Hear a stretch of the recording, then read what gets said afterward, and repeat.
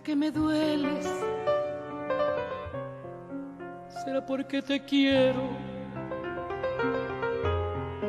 ¿Será que estoy segura que puedes llenarme de palomas el cielo? ¿Será porque quisiera que vuelves, que sigue siendo tuyo mi vuelo? ¿Será que estás en celo, velando la alborada? ¿O acaso acumulando desvelos por dudas largamente acunadas? Tan solo se levanta del suelo el que del todo extiende sus alas.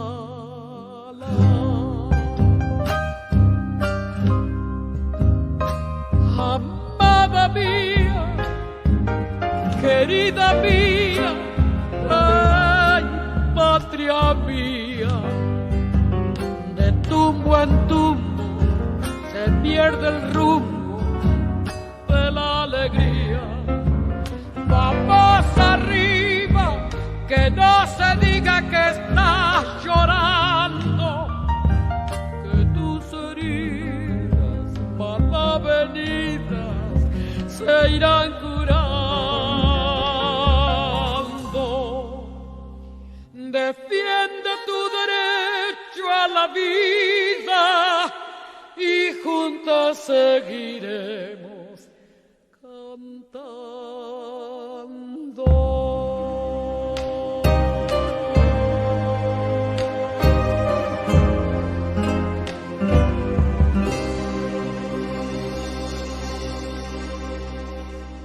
Muy buenas tardes, queridas amigos, amigas y amigues, ¿por qué no decirlo?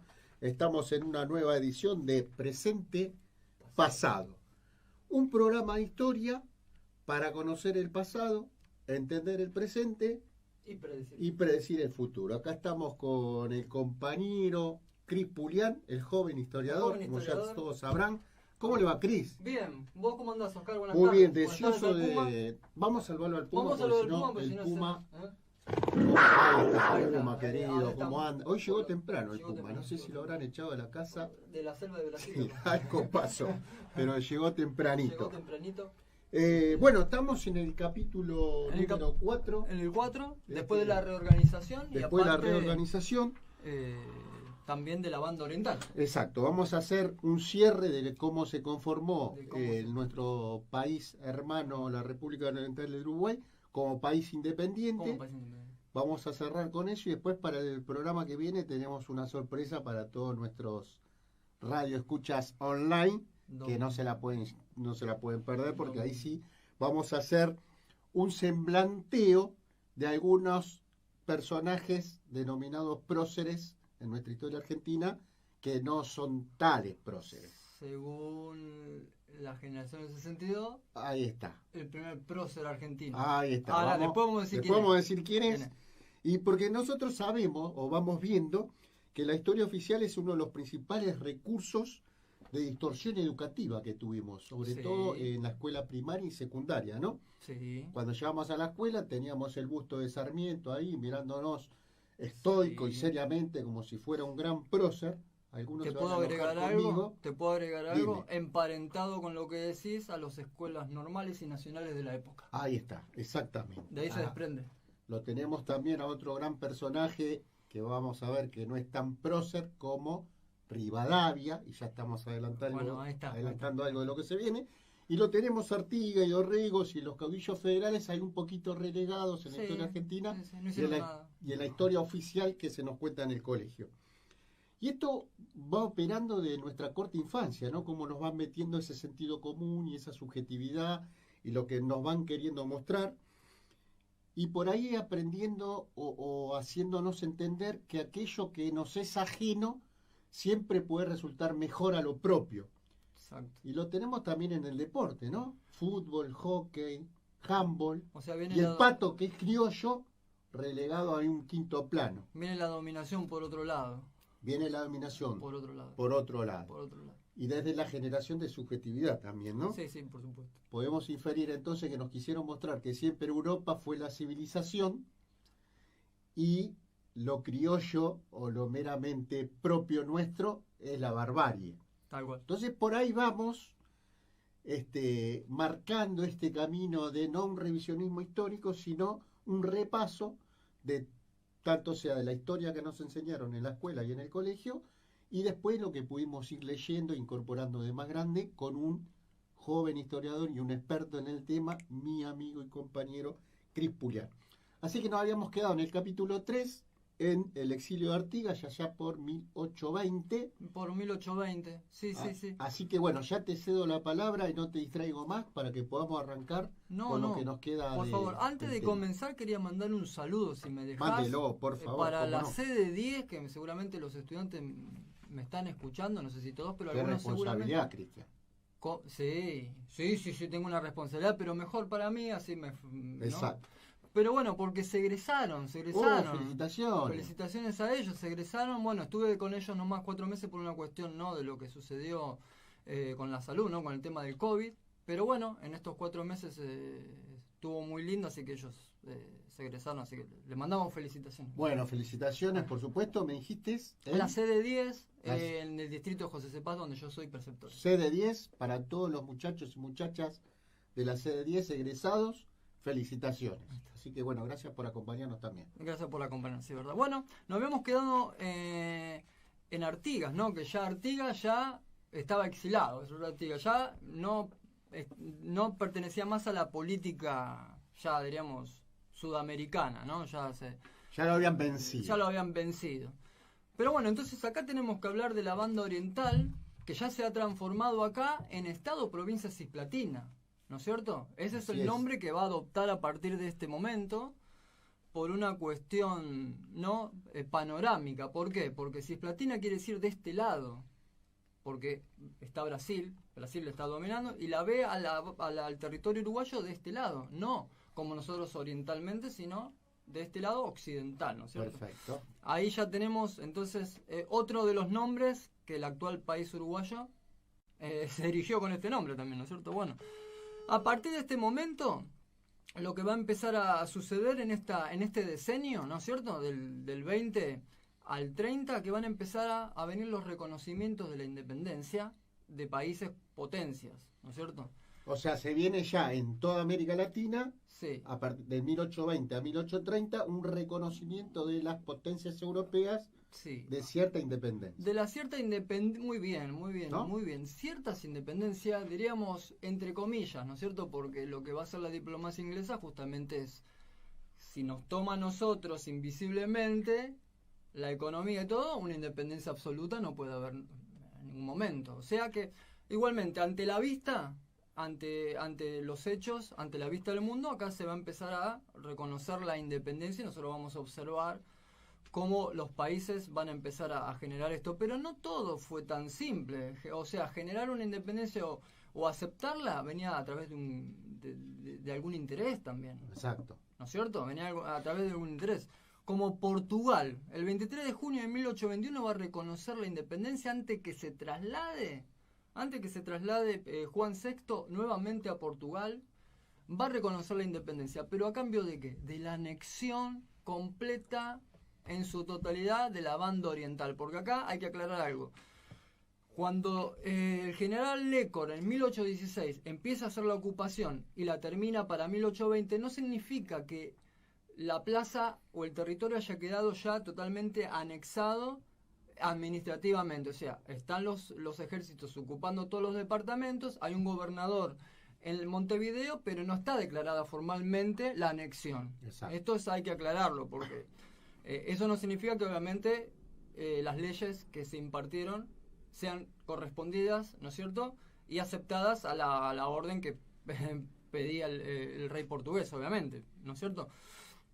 Pero bueno, acá, como te dije, Oscar, acá el 23 de junio de 1821, el reconocimiento de la independencia por parte de Portugal a cambio de la anexión que no se llegó a concretar, ¿no? En su totalidad. Después el reconocimiento por España, aunque todavía estábamos en la guerra de la independencia, todavía no habíamos terminado. En el norte todavía faltaba, acá es la época donde Rivadavia, que esto lo vamos a hablar, pero voy a dar un resumen pequeño, no cede a los ejércitos ni tampoco el dinero para que San Martín terminase esa emancipación, y bueno, se tuvo que encontrar en Guayaquil con Bolívar, y Bolívar tuvo que terminar la emancipación tanto en el Perú como en el Alto Perú. Por eso después también ahí va a haber la segregación de Bolivia. El Alto Perú que va a pasar a ser Bolivia. Bueno, después llegaría el reconocimiento por Inglaterra. Ahí está, el reconocimiento por Inglaterra. Bueno, eso va a pasar en febrero de 1824. O sea, en 1824 Inglaterra nos reconoce como un territorio independiente. Como un territorio independiente, porque se tenía que apurar, porque había otros países que estaban, ¿no? Como Estados Unidos. Bueno, que acá me olvidaba, justamente, Estados Unidos nos va a reconocer en el 23. Antes que Inglaterra. Antes que Inglaterra, entonces se tenía que apurar porque iba a perder el poderío económico. Acordate que lo que quería hacer Estados Unidos justamente es buscar el republicanismo en los países. Entonces era una idea totalmente contraria de Inglaterra, que buscaba el centralismo y no. Aparte, como yo digo, ¿no? Si acá también en el 1824, que lo vamos a hablar seguramente el próximo programa, empiezan el tema de los empréstitos, si nosotros generábamos algún empréstito de Francia, de Estados Unidos, podríamos llegar a decir que tendríamos una competencia por esos empréstitos con esos países, que sería como si tuviéramos una economía nacional, porque nosotros estaríamos esperando a ver quién es el mejor postor y ellos se tendrían que pelear entre ellos para ver...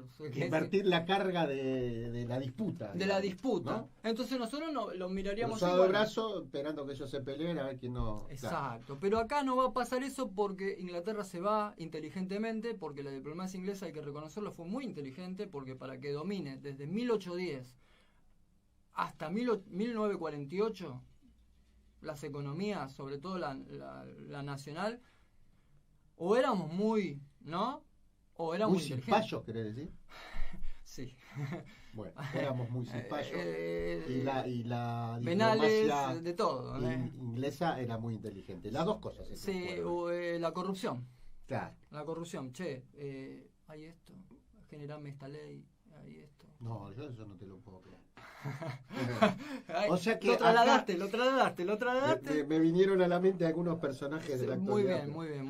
Entonces, esa es la idea, muy bien. Acá entran en competencia, digamos, el proyecto que tenían nuestros caudillos de Patria Grande, ¿no? Con la banda oriental y generar una Latinoamérica unida, soberana, independiente, a el proyecto de colonia que tenía Inglaterra, por ahí, ¿no? Como que... Claro, sí, pensando en tenernos sujetos... o sea, ellos políticamente o bélicamente sabían que no podían hacerlo porque ya lo habían probado en el 6 y en el 7. Y acá fueron rechazados. Sí. Entonces ahí, desde el Congreso de Inglaterra, empezaron a pensar, pero si bélicamente nos rechazaron y no hay posibilidad, ¿cómo tendríamos que hacer? Y bueno, la idea era generar en la clase dirigente, asusar a esos dirigentes para que actúen a favor de ellos. Bueno, como habíamos dicho recién, corrupción, ¿no es cierto? Claro.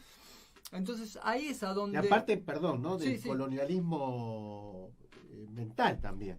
Por supuesto. Porque esto que veníamos hablando antes, o sea, en el arranque del programa. Sí, aparte que los mismos políticos como Rivadavia, José Manuel García y otros más, que van a ir, sobre todo Rivadavia, van a generar una expectativa en su mente, una entelequia, porque ¿qué sucede ahí? Empiezan a imaginarse toda esas calles, ese color, ese tinte que tenía Inglaterra, trasladar eso acá.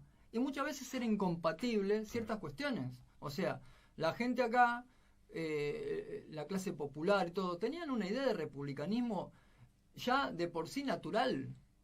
Iba en contra de sus ideales naturales el tema del centralismo y toda esta, ¿no es cierto? Y todo este europeísmo que ya vimos cómo se levantaron los caudillos cuando Pueyrredón en 1819 intentó hacer una constitución monárquica y subyugar nuevamente a todas las provincias como se venía haciendo con una constitución y aparte proclamar un rey o un infante europeo. Entonces la clase popular se levanta por una cuestión de que están vulnerados sus derechos, como sucede en toda la historia mundial y toda la historia argentina, ¿no es cierto?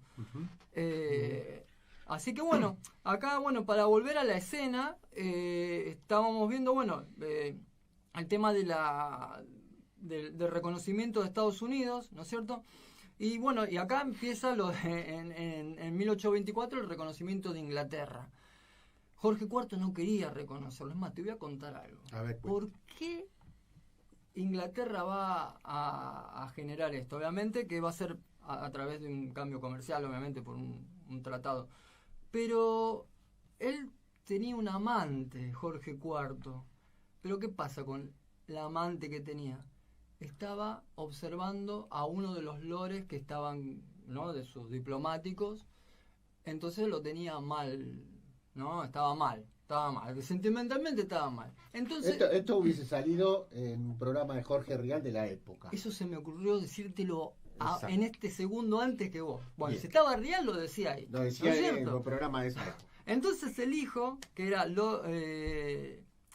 Lord Cunningham, lo que hace es decirle a través de Canning, le dice al rey: escúcheme, podemos mandar a Ponsonby, que era el tercero en discordia, podemos mandarlos a las Provincias Unidas reconociendo la independencia y que él vaya y usted quede tranquilo y yo también, porque estoy perdiendo influencia en el Congreso. ¿Qué me dice? Sí, pero no voy a leer la declaración porque me parece... No quería... O sea, estaban totalmente en contra. Entonces, por esto que sucede acá, lo envían a Lord Ponsonby a las Provincias Unidas para sacárselo de encima y que no se vaya a tomar un café con la mujer, diríamos, ¿no es cierto? Bueno, pero bueno, esto estaba bueno contarlo porque fue una de las causas por esto también. Es increíble, pero bueno, es así. Obviamente que Inglaterra, más allá de esto, va a armar en 1825, va a hacer firmar un tratado de amistad y comercio con Buenos Aires. Inglaterra va a pedir ser la nación más favorecida. ¿Eso qué quería decir? Que las importaciones iban a entrar a menos costo que otra potencia.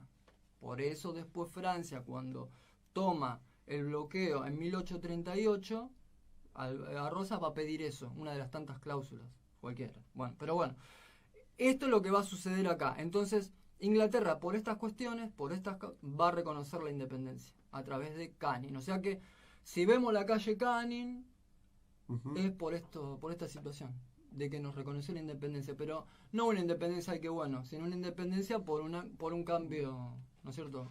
En este caso, un tratado comercial, ¿no es cierto?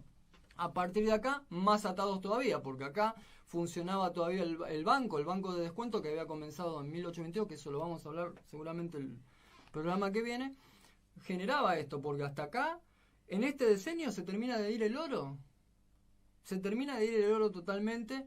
Por eso después, cuando llegue el momento de hablar de Dorrego, vamos a ver cómo el Banco Nacional le negó el dinero que él necesitaba para proseguir la guerra. Pero bueno, también tenemos... ya tenemos el reconocimiento, ¿no es cierto?, de lo que fue el reconocimiento de Portugal, España, Inglaterra y Estados Unidos, ¿no es cierto? Bueno, pero ahora acá va a pasar algo, Oscar. Acá habíamos visto que Portugal se había trasladado al Brasil por esa cuestión de Napoleón que necesitaba en 1809 llegar y no desbaratar o anexarse o poner un rey francés en Portugal. Entonces, en ese momento solicitó a Inglaterra si lo trasladara al Brasil para sentar las cortes, a cambio de los puertos. ahí vemos no son ningunos giles. Estoy hablando de la diplomacia, sí, ¿no? Claro. Sin mencionarla, estoy hablando de la diplomacia. La diplomacia le dice, bueno, yo te traslado, pero necesito que en los puertos de Río de Janeiro me bajes el gravamen y en otros puertos que sean solo para mí. Así actuaba la diplomacia inglesa. Entonces los portugueses, acuchillados por todos lados, y sí, Aceptaron. Pero ahora acá pasaba que en Europa estaba el problema de las constituciones liberales y se había hecho la revolución de Riego en España, donde Fernando VII tuvo que aceptar esa constitución porque es lo que cuando volvió desbarató todo y quiso volver al absolutismo. Lo que hace acá es la revolución de Riego es que él acepte la constitución. Termina aceptando la constitución y se genera toda esa idea en Europa. Entonces, para no generar más problemas en su país natal, se traslada la corte a Lisboa, ¿no es cierto? Por este tema. Entonces lo deja Juan VI, ya había reconocido él la independencia, él lo deja a su hijo Pedro I, ¿no es cierto? Se traslada a Portugal. Después el Congreso Cisplastino, acá, va a querer generar esto, del tema de la incorporación y anexarla, ¿no es cierto? Estando todavía, pero bueno, España se va a oponer porque todavía no había no estaba el reconocimiento y era como que le estaban, ¿no?, sacando una tierra a la misma España. Entonces ahí va a generar esto de que no, ¿cómo se llama?, que no pueda anexarla definitivamente. Pero en 1822 se va a pasar la independencia de Brasil por el hijo. O sea que acá vamos a empezar a hablar de ya no Portugal, sino Brasil. Acá es Brasil, con otras ideas. O sea que el grito de Iparanga, que se le dice en el arroyo, Iparanga es un arroyo que está en Río de Janeiro, ahí va a declarar la independencia Pedro I de Brasil. Esto también para que quede históricamente quién generó y se desuna ya el Reino Unido de Brasil y Algarve. Ahora sería la República, el Imperio de Brasil. El Imperio de Brasil. Así que bueno, por esta independencia obviamente hubo sublevaciones, porque como pasa siempre, ¿no?, cuando se genera la independencia, hay muchos que se oponen, otros que no, y acá había generales que buscaban todavía que se domine esa influencia portuguesa, ¿no es cierto? Entonces se va a levantar el coronel da Costa, Álvaro da Costa, se va a levantar en favor de Portugal, mientras Lecor, que era aquel que había empezado la ocupación, desde Montevideo lo va a resistir. Pero ¿qué pasa con da Costa? Va a querer entregar la Cisplatina a los orientales. Se va a poner en contacto. Devolverle a donde pertenece. Exacto. Porque él sabía, obviamente, con todo esto, que seguramente que si no se hubiese ido Juan VI a Lisboa, no sé si hubiese pasado esto. Pero él, como no podía mantener esa influencia en el hijo, entonces lo que buscaba era, bueno, se la entregamos, se la devolvemos, y yo sé que no les pertenece. El tema que, bueno, se va a crear una logia, los Caballeros Orientales, donde van a estar los hermanos Oribe, La Valleja, Velasco, Bauza. Muchos de los uruguayos se van a comprometer a estas ideas. Entonces ahí se levanta otra vez, ¿no es cierto?, decir, bueno, vamos a poder recuperar, gracias a él vamos a poder recuperar otra vez nuestro país, vamos a ponerle ya país, ¿no es cierto?, vamos a ponerle ese concepto.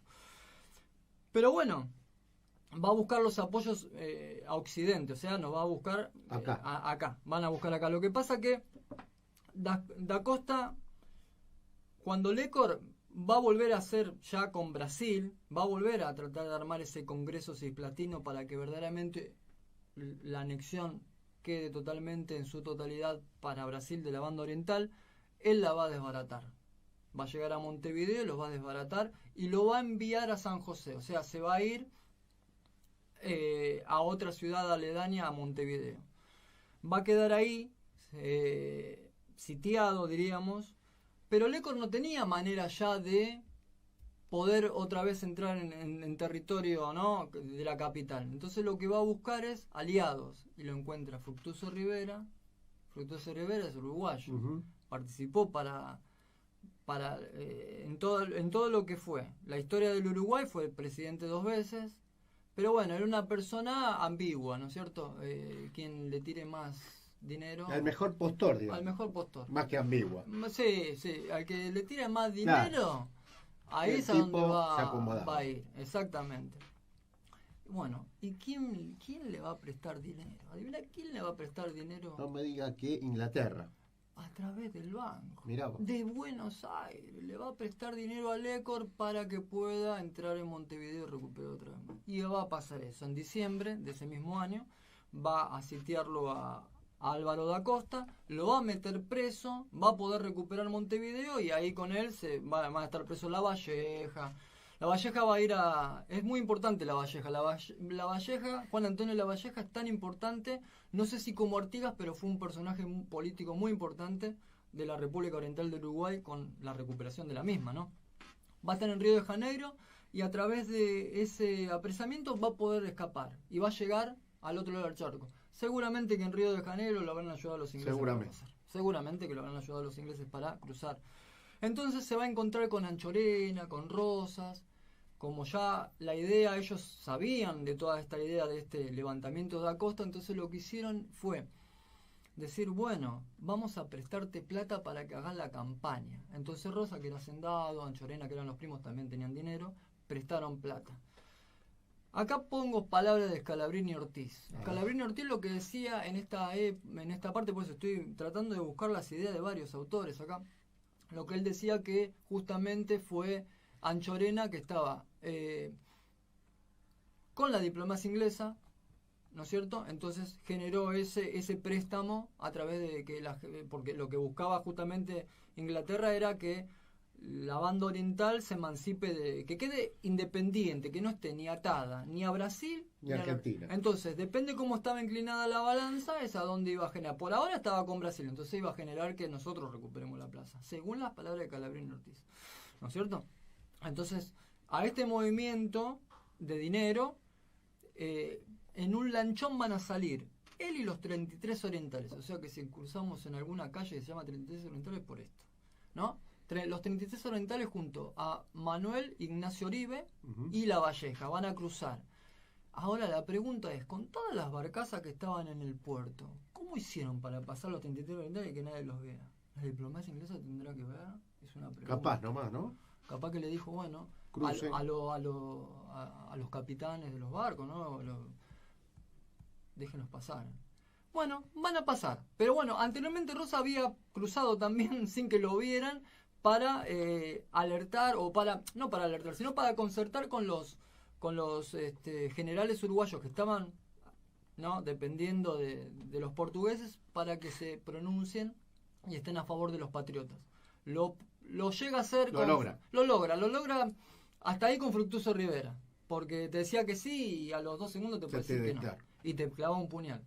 Pero bueno, parece que ahí accedió. Entonces en la playa Graciada, muy cerca ahí en una playa solitaria, cerca de Montevideo, lo van a esperar todos los ejércitos que se habían pronunciado, los 33 orientales. Si no, es muy difícil que 33 orientales, junto con La Valleja y los 2 hermanos Oribe, puedan tomar toda la plaza, ¿no es cierto? Pero bueno, la diplomacia inglesa ya empezaba a actuar acá. Después, obviamente, que La Valleja, cuando llega al sitio, va a desplegar una bandera que no va a ser ni la nacional ni va a ser la de los pueblos libres, va a ser una parecida, que va a decir patria o muerte. ¿Por qué despliega esta bandera? Porque si despliega la bandera argentina es como incitar a la... Claro. Entonces es como que es algo independiente. Acá estaba Las Heras como gobernador y le han llegado notas, ¿no es cierto?, o circulares exigiéndole o reclamándole. Nosotros no tenemos nada que ver, eso fue algo independiente de los ciudadanos uruguayos que buscaban recuperar su provincia. Obviamente había mucha gente, el pueblo argentino, las provincias estaban todas a favor de la recuperación, por una cuestión natural y por un amor a la tierra misma. No así los dirigentes que estaban asusados por Inglaterra, como José Manuel García, que ya ha ido a Río de Janeiro en su momento, para tramitar justamente, ¿cómo se dice?, la ocupación por Lecor, en 1816. Nicolás Herrera, otro uruguayo, también dependiente de Inglaterra. Pero bueno, acá van a cruzar, ya están dentro de su país, diríamos, ¿no?, de la banda oriental. Bueno, acá se van a generar 2 batallas que fueron las más significantes para el proceso, que van a ser el Rincón de las Gallinas, o Aedo se la va a llamar. ¿La batalla de Aedo o del Rincón de las Gallinas? Sí, que queda hoy en Soriano, es el departamento Soriano, ahí. Y en el arroyo Sarandí. Ahí, Por eso tenemos una ciudad nosotros. Claro, Sarandí. Y ahí ya definitivamente vamos a entrar en Montevideo, van a entrar los patriotas, me sumo a eso, para recuperar la capital. La capital. O sea que a partir de este momento ya tenemos la banda oriental otra vez con nosotros, ¿no es cierto? Y se va a armar, La Valleja va a decir, bueno, vamos a armar un congreso acá en la Florida para generar esto de la independencia del Brasil. Así que bueno, el 14 de junio se inaugura la Junta Provincial Oriental, ¿no es cierto? El presidente fue Manuel Calleros, que declaró instalado el gobierno provisorio, y aparte ahí generó que la provincia se llame Provincia Oriental del Río de la Plata, un nuevo nombre. Ya fue Cisplatina, ahora estamos con la Provincia Oriental del Río de la Plata, ya la recuperamos. Y el 26 de agosto de 1825, la declaración de la independencia del Brasil y la incorporación nuevamente a las Provincias Unidas, siempre como independiente, no dependiente, independiente, esperando. Pero incorporado allá. Sí, como es que esté sujeta a de donde era realmente de su génesis. Bien. ¿No es cierto? Obviamente que Inglaterra acá, como ayudó a pasar a los 33 orientales, ¿no? Acá va a decir, no, la guerra.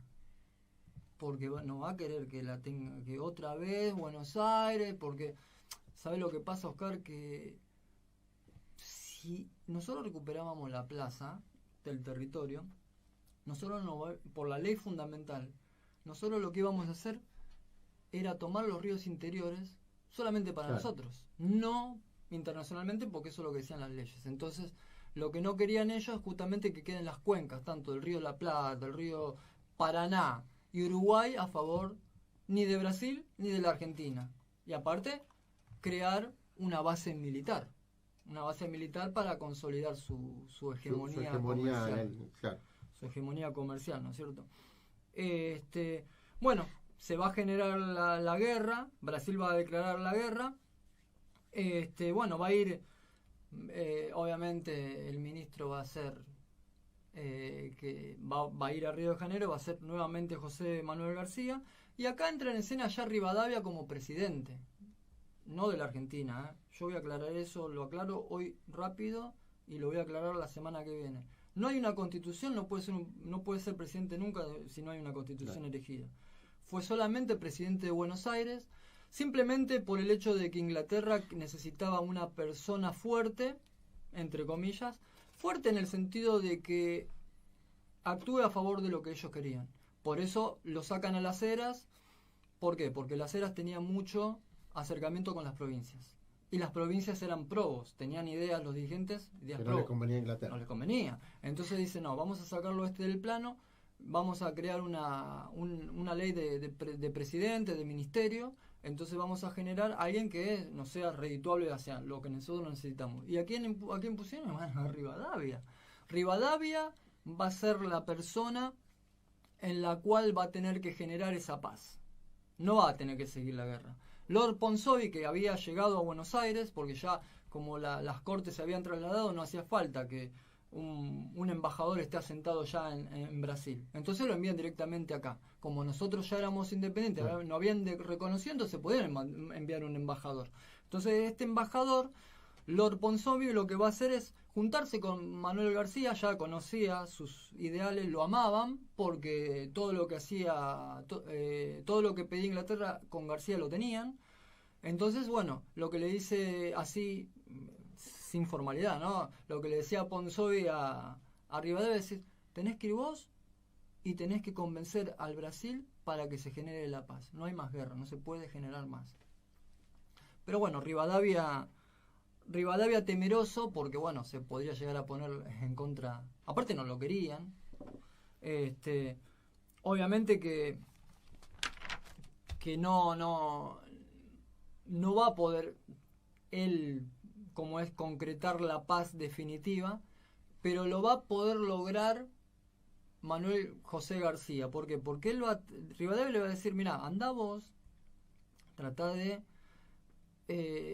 primero solicitar si pueden dejar ellos la banda oriental directamente, porque más allá de que nosotros habíamos tomado la plaza, todas las cuestiones administrativas no estaban todavía como es dadas a los patriotas, estaban como tratando de, si generamos la paz, bueno, no nos vamos, si se genera la paz sí, pero si vamos a la guerra nos vamos a quedar acá. Entonces era como que era un tire, porque cuando uno dice tomó la plaza nuevamente los patriotas, no es que ya se fueron, claro, y ya, ¿no? Eso se da todo con tiempo, hasta pueden llegar a pasar 3 o 4 meses.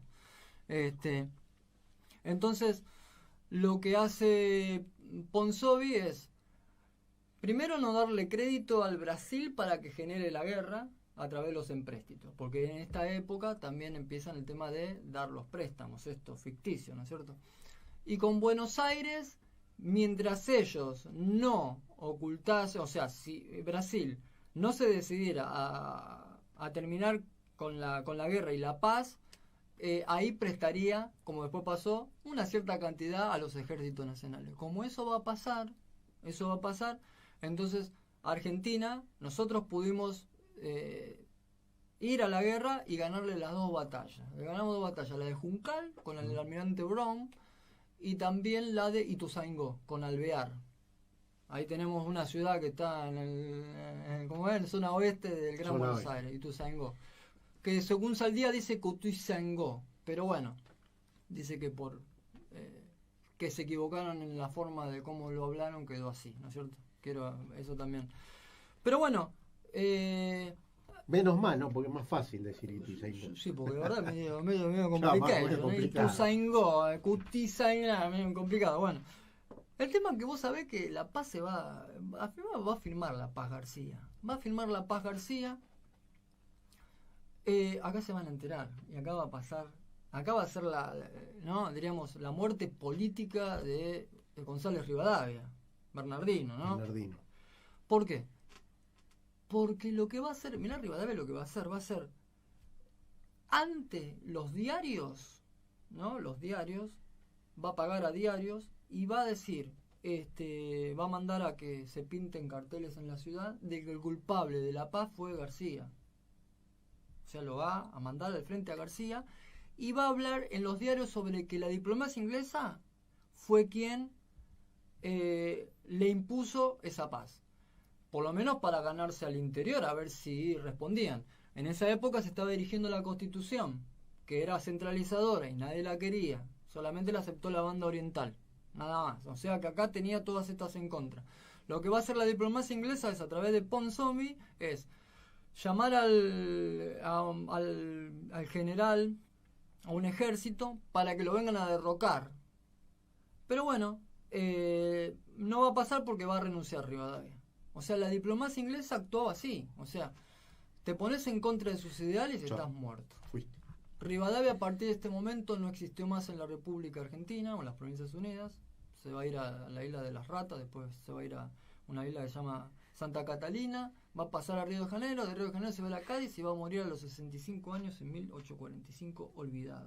Después, la generación que vino a posterior del 62 van a tratar de reivindicar al prócer intelecto, al prócer que generó el proceso de civilización, el primer presidente y prócer argentino, según las palabras de Rivadavia, todo ficticio.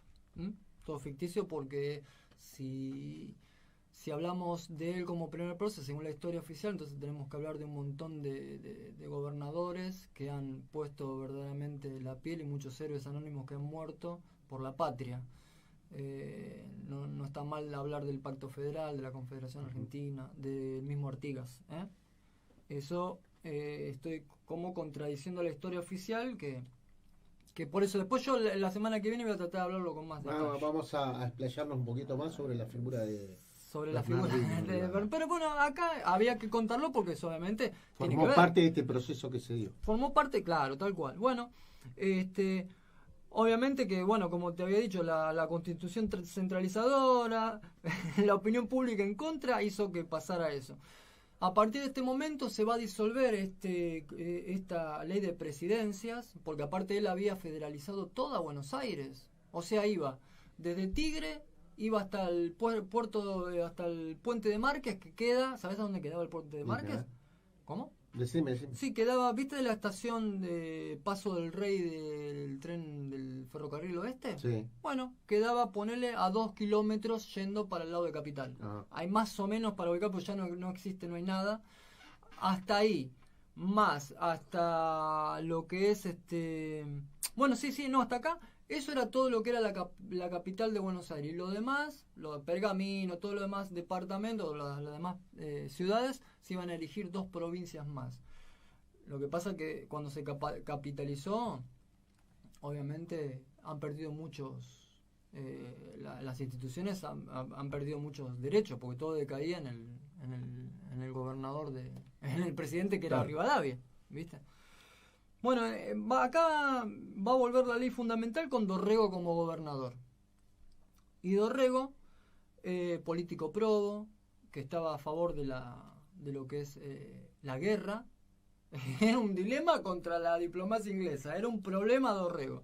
Así que bueno, lamentablemente Dorrego no va a poder continuar con el tema de la guerra. Primero porque va a solicitar dinero. Ya diríamos que no existía ni un billete. Primero que también Rivadavia se había llevado hasta el sillón su propio sillón. Nada quedó, nada.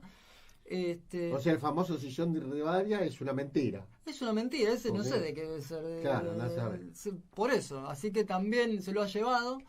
Así que bueno, va a solicitar al Banco Nacional, pero el Banco Nacional, como dijimos, que era inglés. Aparte, no te voy a dar plata. Claro, porque emitía billetes. Claro. Estaba creado a propósito ese banco para emitir billetes. O sea que dominaba la economía nacional. Le va a negar el dinero. ¿Y qué va a pasar acá? Que se va a erigir, ¿no? Va a firmar el Tratado de Paz. El 27 de agosto de 1828 se firma la paz definitiva. Y acá diríamos que más adelante, pero acá podemos decir que nace la República Oriental del Uruguay, ¿no? Como país hasta la actualidad, con este nombre. Porque se va a erigir una constitución, porque Fructuoso Rivera, por la diplomacia inglesa, va a ser quien lo elija como presidente. Y a partir de este momento, la República Oriental del Uruguay, ya segregada de la República Argentina para siempre, lo que va a ser un asentamiento, una factoría inglesa, porque ahí ya tenían las cuencas, como te digo, del río La Plata, el río Uruguay, el río Paraná, tenían el puerto, y después dicen, vamos a tratar de conquistar los archipiélagos que quedan a zona meridional de Argentina, que sería las Malvinas. Eso va a pasar 4 años después. ¿Para qué? Para asentar como una base militar. En ese momento no había barcos a vapor, entonces la distancia a Europa podían pasar 4 meses. Entonces esa distancia corta hacía que podían asentar. Ya les quedaba asentada una base ahí. Claro, exactamente. Así que hasta acá, bueno, más o menos es cómo venimos hablando en todos los programas, cómo se conformó. Fue una triste conformación, o sea, ¿cómo se dio? No porque nació como república independiente, no, para nada, es la forma que lamentablemente los uruguayos que vivieron en esa época tuvieron que, porque no era simplemente esto que se modifica de un país a otro, que se nace independiente, hubo muchos, los ingleses mismos que venían, porque en la guerra hubieron muchos europeos,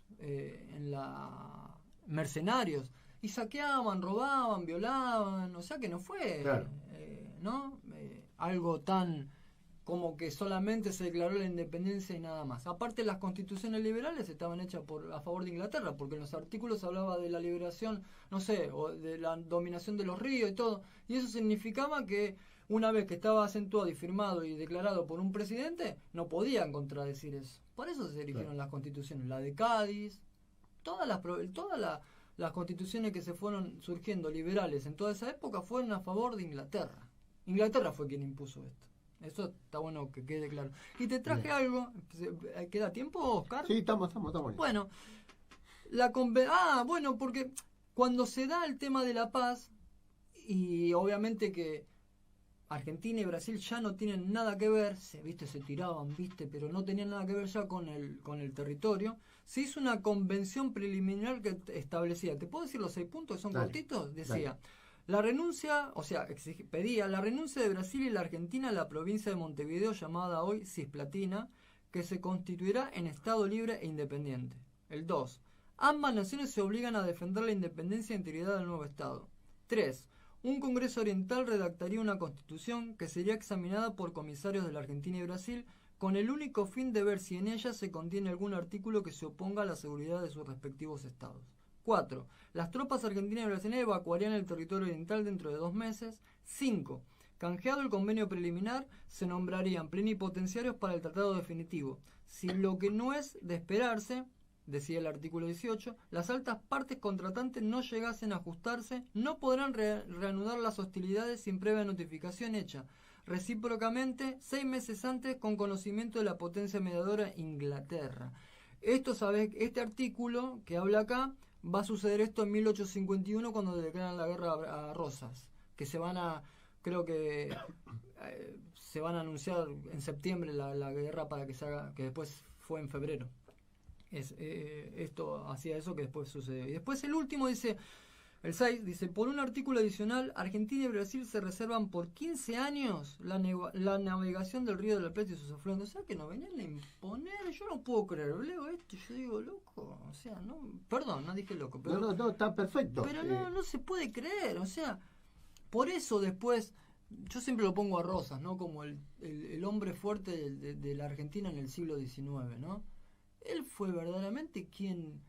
Tuvo más de 20 años que supuestamente la tiranía, cuando fue aprobada sus actitudes de gobernador, y por un plebiscito, porque él dice con los poderes, porque a él le dieron todos los poderes, judicial, ejecutivo, ¿no? Fue el único que hizo que rechazase todas estas imposiciones. Claro. Esto es algo, está bien, no, hay que... Siempre uno lo trae a la época, ¿no? Pero la época también daba para esto. Pero eso quiere decir la mentalidad dirigente, la clase dirigente, muy baja. Muy baja. Porque en otros países no pasaba esto en esa época. No solo acá. Claro. En Uruguay no podemos decir eso, porque Uruguay fue asusado, no podía, ¿no? Le pegaron de todos lados. Paraguay se había aislado. No necesitó los empréstitos para tener un ferrocarril, para tener...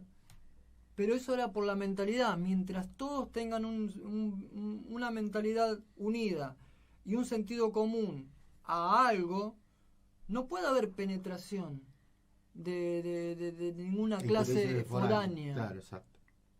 Pero acá no, acá por eso hablamos, ¿no? El tema de la corrupción, no importaba lo material sobre la patria. Claro. Por eso es interesante este repaso histórico que estamos haciendo para poder entender esto también, ¿no? Claro. Cómo nos fuimos constituyendo nosotros también como país, sí, como sociedad, a partir de estos personajes que estaban asusados por una potencia extranjera y que veían sus propios intereses y sus propios negocios, más allá, veían más el bien individual que el bien común. Exacto, y aparte que no había nacionalidad, la nacionalidad para ellos era algo que no existía porque no había gente que podía llevar adelante esa nacionalidad. La nacionalidad había un montón, si se fijaban en el interior.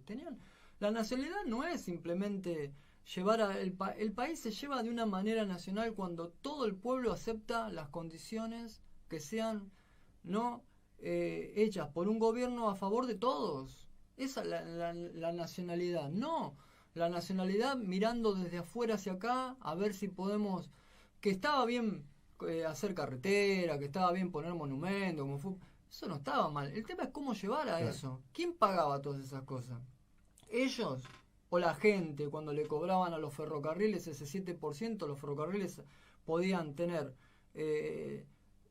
su construcción, encima el gobierno le daba el 7% anual, o sea... Hay cosas que no, la verdad que no se entienden. Es más, mira, te puedo decir algo sobre cómo la historia oficial, sino convencía a los estudiantes de cómo la conformación de la República Oriental del Uruguay, como yo lo hablé, fue como se hizo el revisionismo en su momento y fue tal cual. Pero mirá lo que dice la historia oficial. El teniente coronel Juan Beverina escribió el libro de la guerra del Paraguay, ¿viste? Uh-huh.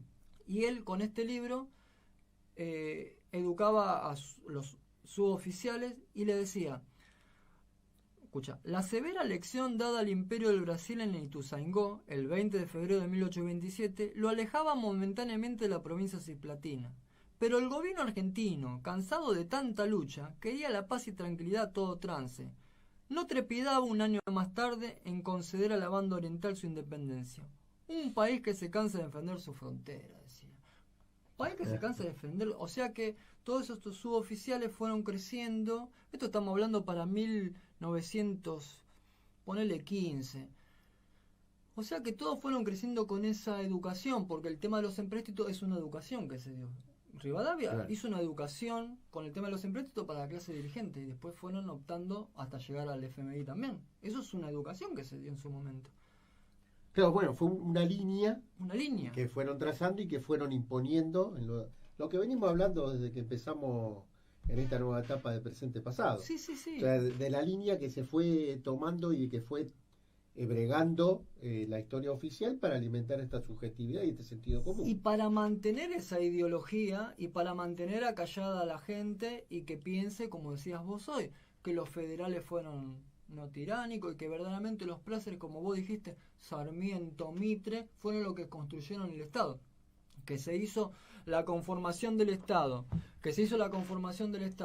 En esa época, sí, pero con ideas europeas. Eurocentrismo, occidentalismo. Y te hago una última pregunta para dejarlo abierto para la clase que viene. En cuanto a esto, todas estas luchas por la independencia que se dieron en ese momento y que asusado también algunos personajes por Inglaterra, hoy podríamos decir que somos una nacionalidad independiente. ¿Somos un país independiente o estamos todavía subsumidos en algunos intereses económicos foráneos que son los que están metiendo ahí algunas cuñas para no lograr algunos avances para la población? Yo creo que lo último que dijiste le sacaría los signos de pregunta. Tú te lo respondiste solo. Absolutamente. Es absolutamente. O sea, la independencia ante la vista está, pero mientras haya un dominio económico no hay independencia. Tenemos que seguir peleándola. Bueno, Cris, realmente ha sido un placer. Un placer, yo también. Nos juntamos, nos volvemos a encontrar el próximo jueves a las 18 horas con Presente Pasado. Con Rivadavia. Y vamos a hablar de la calle más larga que tenemos en Capital Federal. Rivadavia. Así que, queridos amigos y amigas, no se pierdan el próximo programa de Presente Pasado. Nos vamos a ir, Cristian, con un temita que nos preparó nuestro operador. Sí, porque son todas sorpresas. Para mí son todas sorpresas. Son todas sorpresas. Mirá con qué nos vamos a ir para cerrar. Y yo ya los despido, te despido a vos y te agradezco. Yo también, gracias, igualmente para vos. Este nuevo aporte de la historia argentina y latinoamericana. Así que nos vemos el jueves, Cristian. Nos vemos el jueves, sí. 18 horas acá, el compromiso es en CSB Radio Online. Nosotros nos despedimos. Gracias a los dedos mágicos del Puma Reynoso, con Tabaré Cardoso, el murguero oriental. Buenísimo. Nos esperamos el próximo jueves. Buena semana a todos, todas y todes. Chau, chau.